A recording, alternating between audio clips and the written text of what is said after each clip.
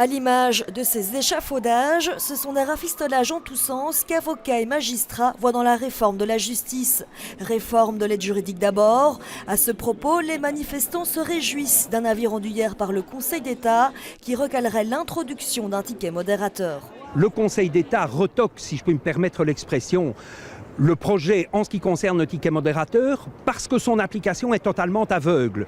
Et par l'application aveugle, remet en cause véritablement les fondements de l'aide juridique et de l'accès à la justice des plus démunis. Mais pour la ministre de la Justice, ce matin, le Conseil d'État accepte le principe du ticket et demande seulement des corrections techniques. On ne mettra pas les parties d'accord. Voilà pour l'accès à la justice. C'est aussi l'indépendance du pouvoir judiciaire qui serait menacée par la réforme, selon les organisateurs de l'action, à cause notamment du projet de mobilité des magistrats. Ça pourrait être la mobilité sanction, donc on ne veut plus d'un magistrat quelque part qui ne s'entend pas avec son chef de corps, hop, on va le déplacer.